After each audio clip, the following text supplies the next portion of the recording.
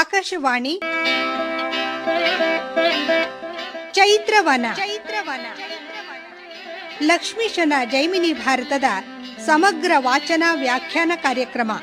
ಪ್ರಸ್ತುತಿ doctor as Shankaranarayana.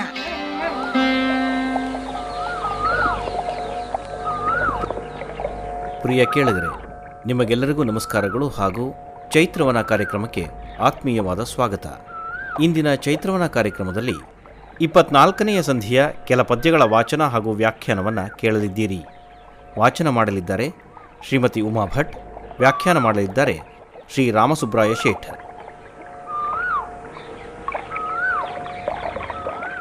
Srihari ಕರ್ಣಸುತನಾದ ವೃಷಕೇತುವಿನ ರುಂಡ ಮುಂಡಗಳನ್ನು ಸೇರಿಸಿ ಸಂಜೀವಕದ ಮಣಿಯನ್ನು ಎದೆಯ ಮೇಲಿರಿಸಿದನು. ನಂತರ ನಾರಾಯಣನು ಸುಭದ್ರೆಯ ಪತಿಯಾದ ಸವ್ಯಸಾಚಿಯ ಶಿರವನ್ನು ದೇಹವನ್ನು ಒಂದುಗೂಡಿಸಿ ದಿವ್ಯವಾದ ಮಣಿಯನ್ನು ಸ್ಪರ್ಶಿಸಿ ಪರಮೇಶ್ವರನ ಕೃಪೆಯಿಂದ ಇವರಿರುವರೂ ಬದುಕಲಿ ಎಂದು ಪ್ರಾರ್ಥಿಸಿದ. ಅರ್ಜುನ ಮತ್ತು ವೃಷಕೇತು ಇಬ್ಬರೂ ನಿಧಾನವಾಗಿ ಕಣ್ಣು ತೆರೆಯತೊಡಗಿದರು. ಸರ್ವರೂ ತದೇಕ ಚಿತ್ತರಾಗಿ ವಿಸ್ಮಯವನ್ನು ವೀಕ್ಷಿಸುತ್ತಿದ್ದಾರೆ. ನಿದ್ದೆಯನ್ನು ತಿಳಿದದ್ದವರಂತೆ ವೀರರೀರ್ವರು ಮೈ ಮುರಿದು ಮುರಾರಿಯ ಧ್ಯಾನ ಮಾಡುತ್ತಾ ಎದ್ದು ಕುಳಿತಿದ್ದಾರೆ. ಅತಿ ಸಂತಸದಿಂದ ಸುತನನ್ನು ಸಹೋದರನನ್ನು ಆಲಿಂಗಿಸಿ ತನ್ನ ಆನಂದವನ್ನು ವ್ಯಕ್ತಪಡಿಸುತ್ತಾನೆ. ಮಾತೆ ಕುಂತಿಗೆ ಸಾಷ್ಟಾಂಗ ವಂದನೆ ಸಲ್ಲಿಸಿದಾಗ ಮನದೊಂಬೆ ಹರಸುತ್ತಾಳೆ. ಯಶೋದೆಯರು ದೇವಕಿಯರು ಹರಸಿದರು. ನಾಗೇಂದ್ರನನ್ನು ನಮಿಸಿ ಗೌರವಿಸಿದನು. ಮಾವನಲ್ಲವೇ ಆಯಾಸಗೊಂಡು ಬಳಲಿದ ಅನಿರುದ್ಧ, ಸಾತ್ಯಕಿ, ಪ್ರದ್ಯುಮ್ನ, ಸಾಂಬ, ಕೃತವರ್ಮ ಮುಂತಾದ ಯದುವೀರರು ವಿಶ್ರಾಂತಿಯನ್ನು ತೆಗೆದುಕೊಂಡು ಆಯಾಸವನ್ನು ಪರಿಹರಿಸಿ ಹೊಸ ಹುರುಪಿನಿಂದ ನಡೆದ ಘಟನಾವಳಿಗಳನ್ನು ಮೆಲುಕು ಹಾಕತೊಡಗಿದರು. ಆಗ ಶತ್ರುಗಳಾಗಿದ್ದವರು ಈಗ ಮಿತ್ರರಾಗಿದ್ದಾರೆ. ಪರಸ್ಪರ ತೆಗಳುವವರು ಈಗ ಹೊಗಳುತ್ತಿದ್ದಾರೆ. ತಮ್ಮ ನಾಯಕ ದ್ವಾರಕಾಧೀಶನನ್ನ ಕಂಡು ಸಂತಸದಿಂದ ಸಂಭ್ರಮದಿಂದ ಆತನ ಪಾದಗಳಿಗೆ ಎರಗುತ್ತಾ ಬಬ್ರುವಾಹನನ ಸಾಮರ್ಥ್ಯ, ಪರಾಕ್ರಮವನ್ನು, ಪೌರುಷವನ್ನು ಮುಕ್ತ ಕಂಠದಿಂದ ಹೊಗಳುತ್ತಿದ್ದಾರೆ. ಹರಿ ಬಳಿಕ ಜಾಹ್ನವಿಯ ಶಾಪದಿಂ ದಾದುದಿ ಪರಿಭವಂ, ಈ ಪರಿಭವಂ ನಿಮಗೆ ಎಂದು ಪಾರ್ಥನಂ ತಿಳಿಪಿದಂ, ತರಿಸಿ ಕಾಣಿಕೆಗೊಟ್ಟು ಉಲೂಪಿ ಚಿತ್ರಾಂಗದೆಯರು ಅಸುರಾರಿಯಂ ಕಂಡರು. ನೆರೆದಿದು ಉಭಯರ ಸೇನೆ ಬಹಳ ಪರಿತೋಷರಿಂ, ಮೊರೆದುದು ಉತ್ಸವದಿಂದೆ ನಿಜಳವಾದ ಪ್ರತತಿ ಪರೆದುವು. ಸಮಸ್ತ ಸಂತಾಪಂಗಳೆಲ್ಲರ್ಗೆ ಕೃಷ್ಣ ದರ್ಶನದೊಳಂದು ಪರೆದವು. ಸವ್ಯಸಾಚಿ ಸೋಲಿನಿಂದ ಸಾವಿನಿಂದ ಖಿನ್ನನಾಗಿ ಕುಳಿತಿದ್ದ. ಆಗ ಪಾರ್ಥಸಾರಥಿ ಸಮಾಧಾನಿಸುತ್ತಾ, ಇಷ್ಟೆಲ್ಲ ದುರಂತಗಳಿಗೆ ದೇವನದಿಯ ಶಾಪವೇ ಕಾರಣವೆಂದು ಹೇಳಿ ಸವ್ಯಸಾಚಿಯನ್ನು ಸಮಾಧಾನಪಡಿಸಿದ. ಉಲೂಪಿ ಚಿತ್ರಾಂಗದೆಯರಿಗೆ ಹೋದ ಪ್ರಾಣ ಮರಳಿ ಬಂದಂತಾಗಿದೆ. ಅನೇಕ ಕಾಲಗಳಿಂದ ಕಾಯುತ್ತಿದ್ದ ಕೌಂತೆಯನ ಆಗಮನದಿಂದ ಪತ್ನಿಯರಿಬ್ಬರೂ ತಮ್ಮ ಜೀವನ ಸಾರ್ಥಕವಾಯಿತೆಂದು ಭಾವಿಸುತ್ತಾರೆ. ಇದಕ್ಕೆಲ್ಲ ಕಾರಣಕರ್ತನಾದ ಕೃಷ್ಣನನ್ನು ದಿವ್ಯವಾದ ಕಾಣಿಕೆಗಳಿಂದ ಸತ್ಕರಿಸಿ ಗೌರವಿಸುತ್ತಿದ್ದಾರೆ.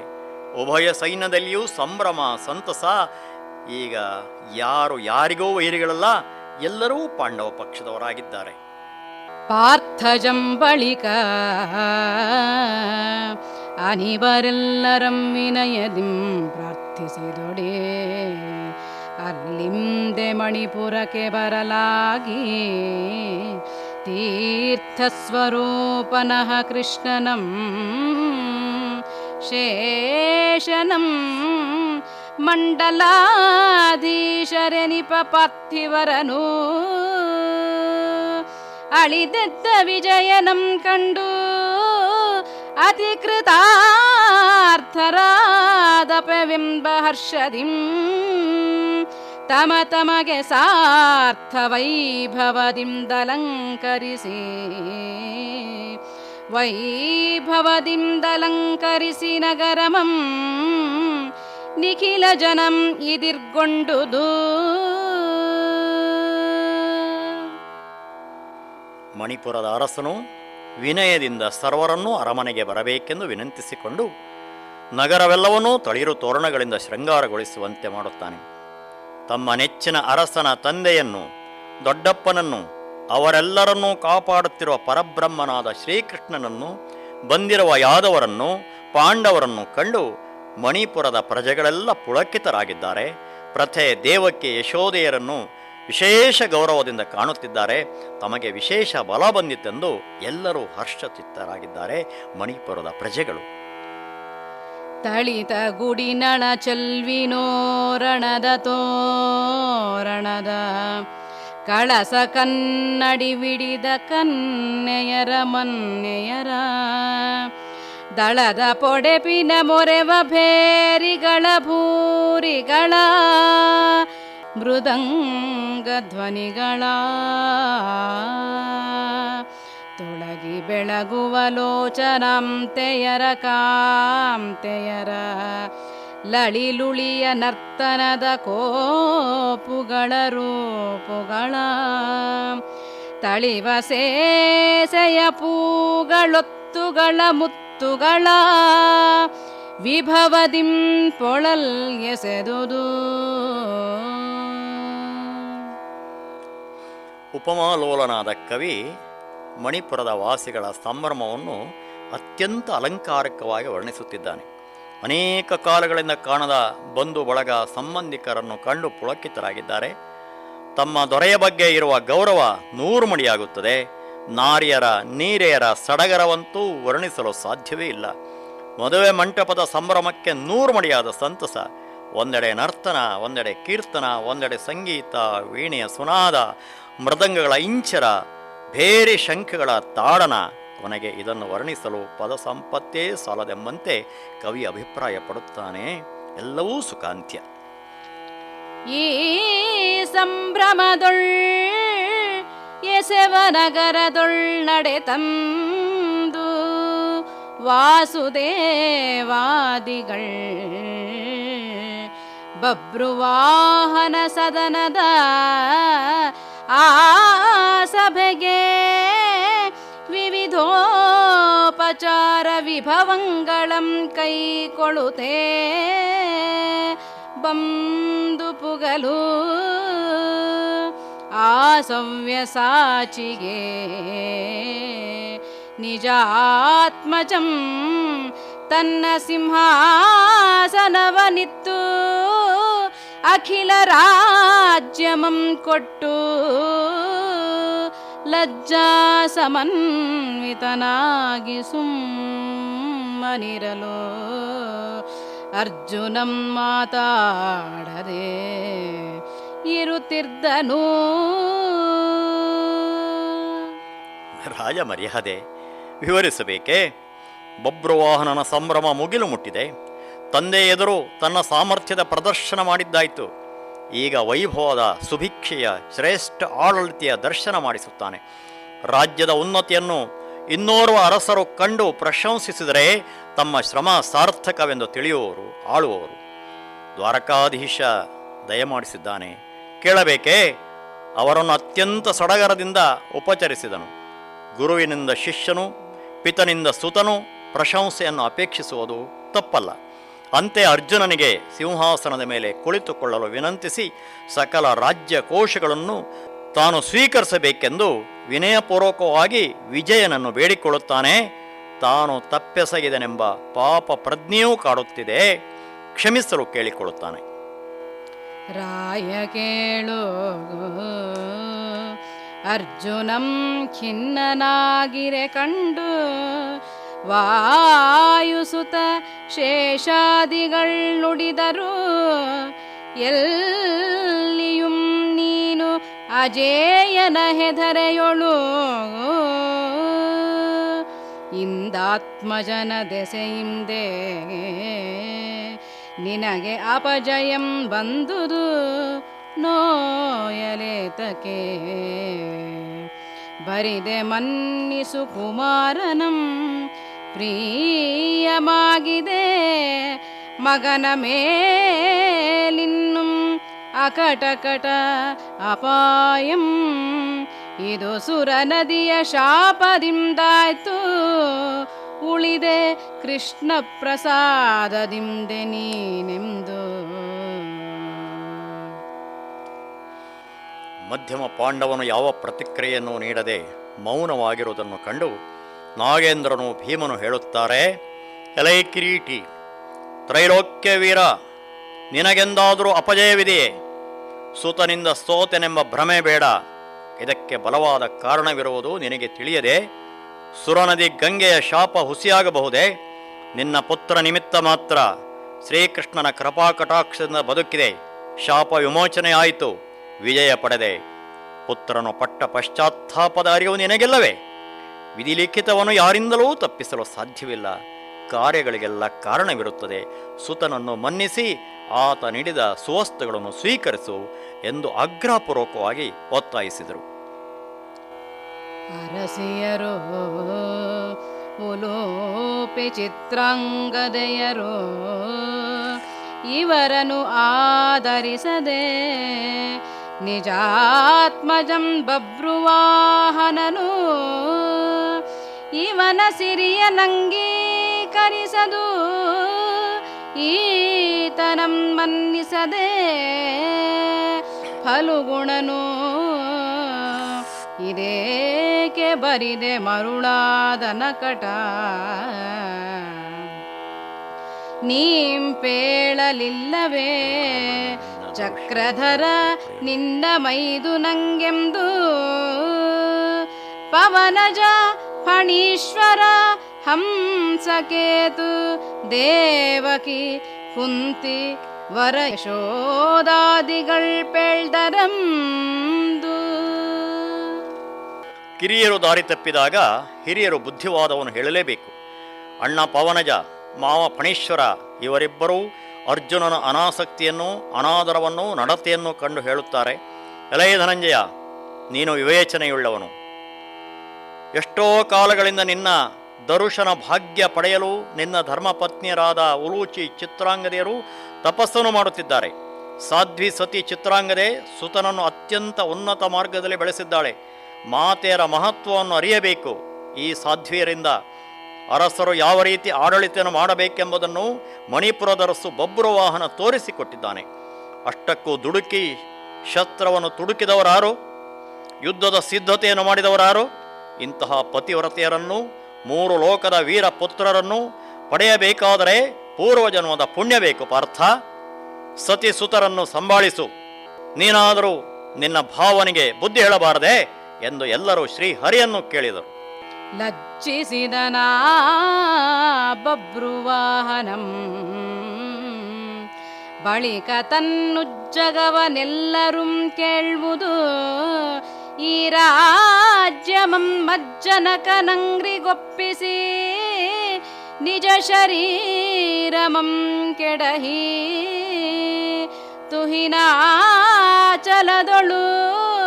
ಸಜ್ಜನರ ಗತಿ ಒಡೆವೆನು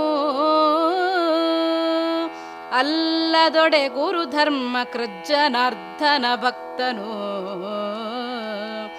ಈತನಂ ಘಾತಿಸಿದ ಕಜ್ಜದಿಂದ ಒದವಿದ ಮಹಾಪಾತಕಂ ಪೋಗದು ಎನೆ ಭೀಮನಿಂತೆಂದನು. ಈ ರೀತಿ ಹಿರಿಯರು ನೀತಿ ಹೇಳಿದರು. ಶ್ರೀಹರಿಯು ಸವ್ಯಸಾಚಿಯು ಯಾವುದೇ ಪ್ರತಿಕ್ರಿಯೆಯನ್ನು ತೋರಿಸದಿದ್ದಾಗ ಚಿತ್ರಾಂಗದೆಯ ಪುತ್ರ ಅವಮಾನಿತನಾದಂತೆ ವಿರಕ್ತಿಯಿಂದ ದೃಢಚಿತ್ತನಾಗಿ ತನ್ನ ನಿರ್ಧಾರವನ್ನು ಪ್ರಕಟಿಸುತ್ತಿದ್ದಾನೆ. ಸಮಸ್ತ ಹಿರಿಯ ಬಂಧುಗಳೇ, ಗೌರವಾನ್ವಿತರೇ, ಪೂಜ್ಯರೇ, ಮಾಡಿದ ತಪ್ಪಿಗೆ ಪ್ರಾಯಶ್ಚಿತ್ತವಾಗಲೇಬೇಕು. ಅದಕ್ಕೆ ಸಮಸ್ತ ರಾಜ್ಯ ಕೋಶ ಭಂಡಾರವನ್ನು ಜನ್ಮದಾತನ ಪಾದಗಳಿಗೆ ಅರ್ಪಿಸಿ ಹಿಮಾಚಲ ಪರ್ವತಕ್ಕೆ ಹೋಗಿ ಸಜ್ಜನರ ಸಂಘದಲ್ಲಿದ್ದು ತಪಗೈದು ಮಹಾಭಾಗವತೋತ್ತಮನು ಮಹಾಭಕ್ತನೂ ಆದ ಪಿತನನ್ನು ಘಾತಿಸಿದ ಮಹಾಪಾಪವನ್ನು ಕಳೆದುಕೊಳ್ಳುತ್ತೇನೆ ಎಂದು ಹೇಳುತ್ತಾನೆ. ಎಷ್ಟೆಂದರೂ ಮಹಾಕ್ಷತ್ರಿಯನಾದ ಮಧ್ಯಮ ಪಾಂಡವನ ಪುತ್ರನಲ್ಲವೇ? ಆಗ ತಪ್ಪನಾಡಿದೆ ಮಗನೇ, ಕೃಷ್ಣ ನಿರುತಿರೆ ಮುಂದೆ ಬಪ್ಪುದೇ ಪಾತಕಂ. ಗುರುಪಿತಾಮಹ ಮುಖ್ಯರಪ್ಪವರನೆಲ್ಲರಂ ಕೊಂದು ಯಮಗೆ ನಿಂದುವೆ ದೋಷಲೇಶಗಳು. ಈಗ ಒಪ್ಪುವಾದಿತ್ಯನಂ ಕಂಡ ಬಳಿಕ ಇರ್ದಪುದೆ ಕಪ್ಪಿನ ತಮಂ ಮರುಳೇ ಹರಿಯನಾಶ್ರಯಿಸಿದರನು ಅಪ್ಪುವುದೆ ಕಲಿತಾಪ. ದುಃಖ ಭಯ ಶೋಕ ನರಕಾದಿ ಪೀಡೆಗಳೆಂದನು. ಎಲ್ಲಿ ಶ್ರೀಕೃಷ್ಣನನ್ನು ಹೊಗಳುವ ಸ್ತುತಿ ಮಾಡುವ ಸಮಯ ಸಿಗುತ್ತದೆಯೋ ಅಲ್ಲಲ್ಲಿ ಕವಿ ಅದನ್ನು ಅತ್ಯಂತ ಸಮರ್ಪಕವಾಗಿ ಬಳಸಿಕೊಂಡಿದ್ದಾನೆ. ಚಿತ್ರಾಂಗದೆಯ ಪುತ್ರನ ಮಾತೆಯೇ ಮಹಾಪ್ರಾಜ್ಞನಾದ ಭೀಮನು ಹೇಳುತ್ತಾನೆ, ಮಗನೇ, ಮತ್ತೆ ಮತ್ತೆ ದುಡುಕಬೇಡ, ತಪ್ಪು ಭಾವನೆಯನ್ನು ಬಿಟ್ಟುಬಿಡು. ಭಾಸ್ಕರನ ತೇಜಸ್ಸಿನ ಎದುರು ಕತ್ತಲೆಯು ಕರಗುವಂತೆ ಕೃಷ್ಣ ಪರಮಾತ್ಮನಿರುವಾಗ ನಮ್ಮ ದೋಷಗಳೆಲ್ಲ ನಿವಾರಣೆಯಾಗದಿರದೆ ಆ ಕುರುಕ್ಷೇತ್ರದ ಮಹಾಸಂಗ್ರಾಮದಲ್ಲಿ ವಿದ್ಯಾದಾನ ಮಾಡಿದ ಗುರುಗಳನ್ನೇ ಕೊಂದಿದ್ದೇವೆ. ಎತ್ತಿ ಆಡಿಸಿದ ಪಿತಾಮಹರನ್ನು, ಸಲುಗೆಯಿಂದಿದ್ದ ಸಹೋದರರನ್ನು ಸದೆ ಬಡಿದಿದ್ದೇವೆ. ಅರ್ಜುನನೂ ಇದರಿಂದ ಹೊರತಾಗಿಲ್ಲ. ಕಂದ, ಕೃಷ್ಣನ ಕೃಪೆಯಿದ್ದ ಮೇಲೆ, ಆತನನ್ನು ನಂಬಿದ ಮೇಲೆ ನಮಗೆ ಭಯ ದುಃಖ ತಾಪತ್ರಯ ನರಕ ಪಾಪಗಳ ಲೇಪವಿದ್ದೀತೆ ಎಂದು ಶ್ರೀಹರಿಯ ಪಾರಮ್ಯವನ್ನು, ಲಕ್ಷ್ಮೀಕಾಂತನ ಕೃಪೆಯ ಮಹೋನ್ನತೆಯನ್ನು ಕವಿ ಭೀಮನ ಬಾಯಿಂದ ಹೇಳಿಸುತ್ತಿದ್ದಾನೆ. ಸಲೆ ನಿಷ್ಕೃತಿಗಳಿಲ್ಲದೆ 5 ಪಾಪಂಗಳಂ ಕಲಿಯುಗದ ಮಾನವರ ಬಹಳ ದುರಿತಂಗಳಂ ತೊಲಗಿಸಿ ಭವಾಂಬುಧಿಯನುತ್ತರಿಪ ಹರಿಯ ನಾಮಂಗಳಾವ ಜಿಹ್ವೆಗೆ ನೆಲೆಗೊಂಬು ಆತನಂ ಕಂಡವಂ ಶುಚಿ ನಿನಗೆ ಜಲರುಹಾಕ್ಷಂ ಕಣ್ಣ ಮುಂದಿರಲ್ ಪಾತಕವೇ ಫಲವೆಣಿಕೆ ಬೇಡ ಪಾಲಿಸು ನೃಪನ ತುರಗಮಂ ಮಗನೇ ಸುಖಿಯಾಗೆಂದನು. ಲಕ್ಷ್ಮೀಕಾಂತನ ಪರಮ ಭಕ್ತನಾದ ಕವಿಗೆ ಶ್ರೀಕೃಷ್ಣನ ಸ್ಮರಣೆ ಗುಣಗಾನ ಮಹತ್ವದ್ದು. ಆದ್ದರಿಂದ ಎಲ್ಲೆಲ್ಲಿ ಹರಿಯ ಪ್ರವೇಶವಾಗುತ್ತದೆಯೋ ಅಲ್ಲೆಲ್ಲ ಅಚ್ಯುತನ ಗುಣಗಾನ ಮಾಡಿಸುತ್ತಾನೆ. ಭಕ್ತ ಕವಿ ಭಾವೋದ್ವೇಗದಿಂದ ಭಗವಂತನನ್ನು ಭಜಿಸುವುದು ತನ್ನ ಮಹಾಕಾವ್ಯದ ಮೂಲಕ ಮಾನವರನ್ನೂ ಪಾವನರನ್ನಾಗಿಸಲು ಪ್ರಯತ್ನಿಸುತ್ತಾನೆ. ಮತ್ತೆ ಪವನಜನಿಂದ ಪರಮಾತ್ಮನ ಸ್ತುತಿ ಮಾಡಿಸುತ್ತಾನೆ. ಕಂದ, ಇನ್ನೂ ಪೂರ್ಣ ಪ್ರಪಂಚದ ಅರಿವಿಲ್ಲದ ನಿನಗೆ ಹರಿಯ ಮಹತ್ವವನ್ನು ಹೇಳುತ್ತೇನೆ, ಕೇಳು. ಶ್ರೀಕೃಷ್ಣನ ಕೃಪೆಗಾಗಿ ಎಷ್ಟೋ ಯೋಗಿಗಳು ಅನೇಕ ಕಾಲಗಳಿಂದ ಪ್ರಯತ್ನಿಸುತ್ತಿರುತ್ತಾರೆ. ಆದರೆ ಅಚ್ಯುತನ ಅನುಗ್ರಹವು ಅಷ್ಟು ಸುಲಭವಲ್ಲ. ಪಂಚಮಹಾಪಾತಕ ಪಾಪಗಳು ಆತನ ನಾಮಸ್ಮರಣೆಯಿಂದ ಅನುಗ್ರಹದಿಂದ ಪರಿಹರಿಸಲ್ಪಡುತ್ತವೆಂದ ಮೇಲೆ ಪದ್ಮನಾಭನ ಪ್ರತ್ಯಕ್ಷ ದರ್ಶನದ ಭಾಗ್ಯ ನಿನಗೆ ದೊರೆತ ಮೇಲೆ ನೀನು ನಿರ್ದೋಷಿ, ನಿನ್ನಲ್ಲಿ ಪಾಪ ಲೇಪವಿಲ್ಲ, ಕೊರಗಬೇಡ, ಮರುಗಬೇಡ, ಪಾಂಡವರ ಯಜ್ಞಾಶ್ವವನ್ನು ಪೌರುಷದಿಂದ ಸಂರಕ್ಷಿಸು ಎಂದು ಭೀಮವಾಣಿಯಿಂದ ನುಡಿಯುತ್ತಾನೆ. ಇಂತೆಂದು ಭೀಮನಾಡಿದೊಡೆ ಅನಿಬರೆಲ್ಲರೂ ಸಂತೋಷಮಂ ತಾಳ್ದರು. ಅರ್ಜುನಂ ತನಯನಂ ಸಂತೈಸಿ ಕುಳ್ಳಿರ್ದನೋ ಅಸುರಾರಿ ಪವನಜರ್ವೆರಸಿ ಸಿಂಹಾಸನದೊಳು ಕುಂತಿ ನಿಜ ಪುತ್ರ ಪೌತ್ರರ ವಿಭವ ಕುಬ್ಬಿದಳು. ಅನಂತರದೊಳ್ ಆದುದು ಆ ಮಣಿಪುರದೊಳ್ ಉತ್ಸವವು ಅನಂತನಂ ಸತ್ಕರಿಸಿ ಕಳುಹಿದಲ್ಪತಾಳಕೆ ಅಖಿಳ ಸರ್ಪಾಳಿ ಸಹಿತ. ಭೀಮಸೇನನ ಸ್ಪಷ್ಟೋಕ್ತಿಗೆ ಎಲ್ಲರೂ ತಲೆದೂಗಿದರು. ಪಾರ್ಥನಿಗೆ ತನ್ನ ತಪ್ಪಿನ ಅರಿವಾಯಿತು. ತನ್ನ ಸುತನನ್ನು ಸಂತೈಸಿ ಶ್ರೀಹರಿಯನ್ನು, ಭೀಮನನ್ನು, ಮಾವನನ್ನು ಉಪಚರಿಸಿ ಮಾತೆಗೆ ವಂದಿಸಿ ಸಿಂಹಾಸನದ ಮೇಲೆ ಕುಳಿತುಕೊಂಡ. ಮಗನ ಮೊಮ್ಮಗನ ಸಮ್ಮಿಲನವನ್ನು ಕಣ್ಣಾರೆ ಕಂಡು ಕುಂತಿ ಸಂತಸದಿಂದ ಅಶ್ರುಧಾರೆಗರೆದಳು. ಶ್ರೀಕೃಷ್ಣ ಕಪಟನಾಟಕ ಸೂತ್ರಧಾರಿ ಮಂದಸ್ಮಿತನಾಗಿ ಎಲ್ಲವನ್ನೂ ವೀಕ್ಷಿಸುತ್ತಿದ್ದಾನೆ. ಆದರೆ ನಾವು ಅರಿತುಕೊಳ್ಳಬೇಕಾದ ವಿಚಾರವಿದೆ.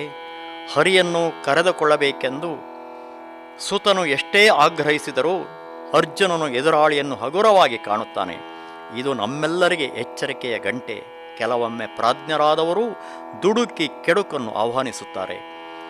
ಪಾರ್ಥಸಾರಥಿಯಿಂದಲೇ ಪಾರ್ಥನ ಮಹೋನ್ನತಿ ಎಂಬ ಅರಿವಿದ್ದೂ ಮರೆಯುತ್ತಾನೆ. ಮತ್ತೊಮ್ಮೆ ಮಣಿಪುರ ವಿಜೃಂಭಿಸತೊಡಗಿತು.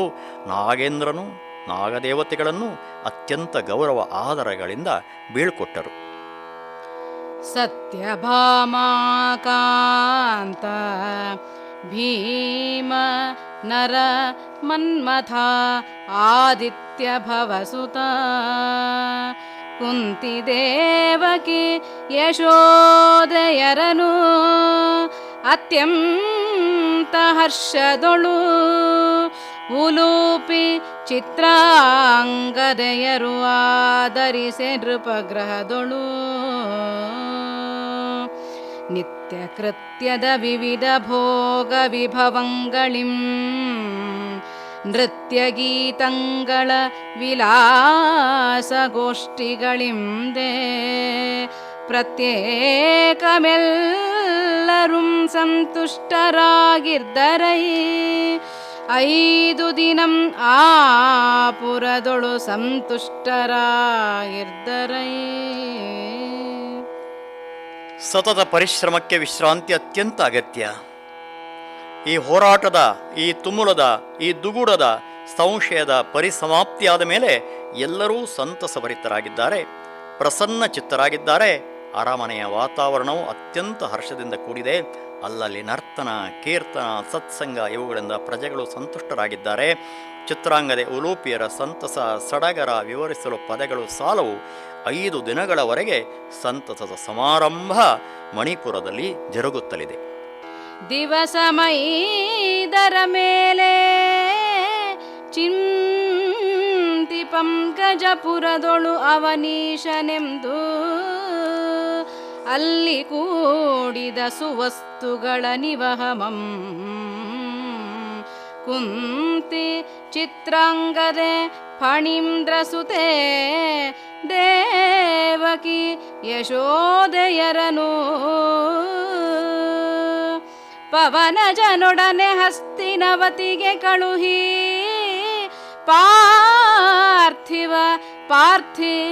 ಪಾರ್ಥರಂ ಸಲೆ ಕೂಡಿಕೊಂಡು ದಾನವ ಮರ್ದನಂ ತಾನೆ ಕುದುರೆಯಂ ಬಿಡಿಸಿ ರಕ್ಷೆಗೆ ನಡೆದನು ಅದರ ಪಿಂತೆ. ಅಂತೂ ಇಂತೂ ಕುಂತಿಪುತ್ರರಿಗೆ ವನವಾಸ ಎಂಬ ಗಾದೆ ಸರಿಯಾಗಿ ಮಹಾಭಾರತದಲ್ಲಿ ಪಾಂಡವರ ವನವಾಸದಲ್ಲಿಯೇ ಹುಟ್ಟಿ ಹೆಚ್ಚಿನ ಜೀವಿತಾವಧಿಯನ್ನು ವನದಲ್ಲಿಯೇ ಕಳೆದದ್ದನ್ನು ಕಾಣುತ್ತೇವೆ. ಆದರೆ ಇನ್ನು ಮಣಿಪುರದಲ್ಲಿ ಅವರಿಗಾದ ಆನಂದ ಪ್ರಾಯಶಃ ಹಿಂದೆಂದೂ ಆಗಿರಲಿಕ್ಕಿಲ್ಲ. 5 ದಿನಗಳವರೆಗೆ ವಿಲಾಸ ವಿಭ್ರಮಗಳಿಂದ, ವಿನೋದಗಳಿಂದ, ತೃಪ್ತಿಯಿಂದ, ಆನಂದದಲ್ಲಿ ಮಿಂದೆದ್ದರು. ಇನ್ನು ಹಸ್ತಿನಾಪುರದಲ್ಲಿ ಧರ್ಮರಾಜನು ದೀಕ್ಷಾಬದ್ಧನಾದವನು ಎಷ್ಟೊಂದು ಕಾತರದಲ್ಲಿರುತ್ತಾನೋ ಎಂದು ಅಲ್ಲಿಗೆ ತೆರಳಲು ಹೊರಟರು. ಅವರಿಗೆ ಉಚಿತ ಉಡುಗೊರೆಗಳನ್ನು ನೀಡಿ ಸಾಧ್ವಿಯರು ಸಂತಸಪಟ್ಟರು. ಅರ್ಜುನನು ಮಾಡಿದ ಅವಘಡಗಳನ್ನು ನೆನೆದು ನಾರಾಯಣನು ಹಯವನ್ನು ರಕ್ಷಿಸಲು ಪಾರ್ಥಸುತ ಪಾರ್ಥರೊಂದಿಗೆ ತಾನೇ ಪ್ರಯಾಣ ಬೆಳೆಸಿದ, ಮತ್ತೇನಾದರೂ ಸಂಕಟವನ್ನು ತಂದುಕೊಂಡಾನು ಎಂದು. ಸಂಜೀವಕದ ಮಣಿಯ ಫಣಿಪತಿಯ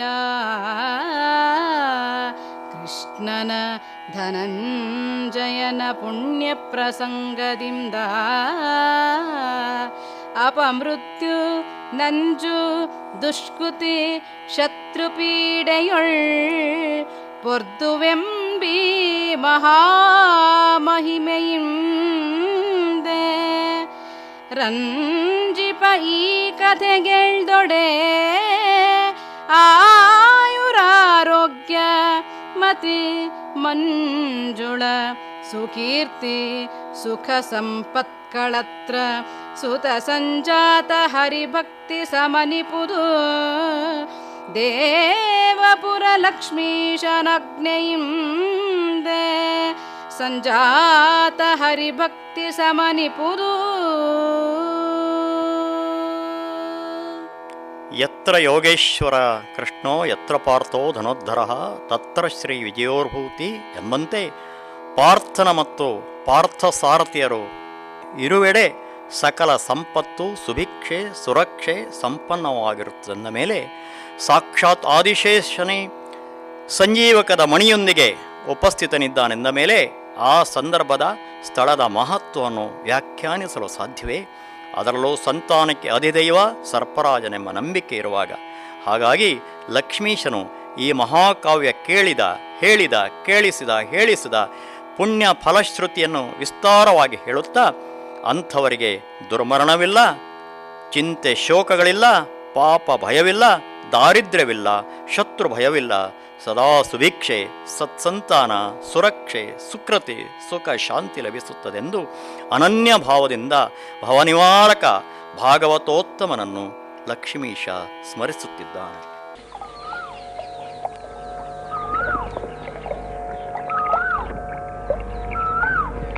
ಇದುವರೆಗೆ ಲಕ್ಷ್ಮೀಶನ ಜೈಮಿನಿ ಭಾರತದ 24ನೆಯ ಸಂಧಿಯ ಪದ್ಯಗಳ ವಾಚನ ಹಾಗೂ ವ್ಯಾಖ್ಯಾನವನ್ನು ಕೇಳಿದಿರಿ.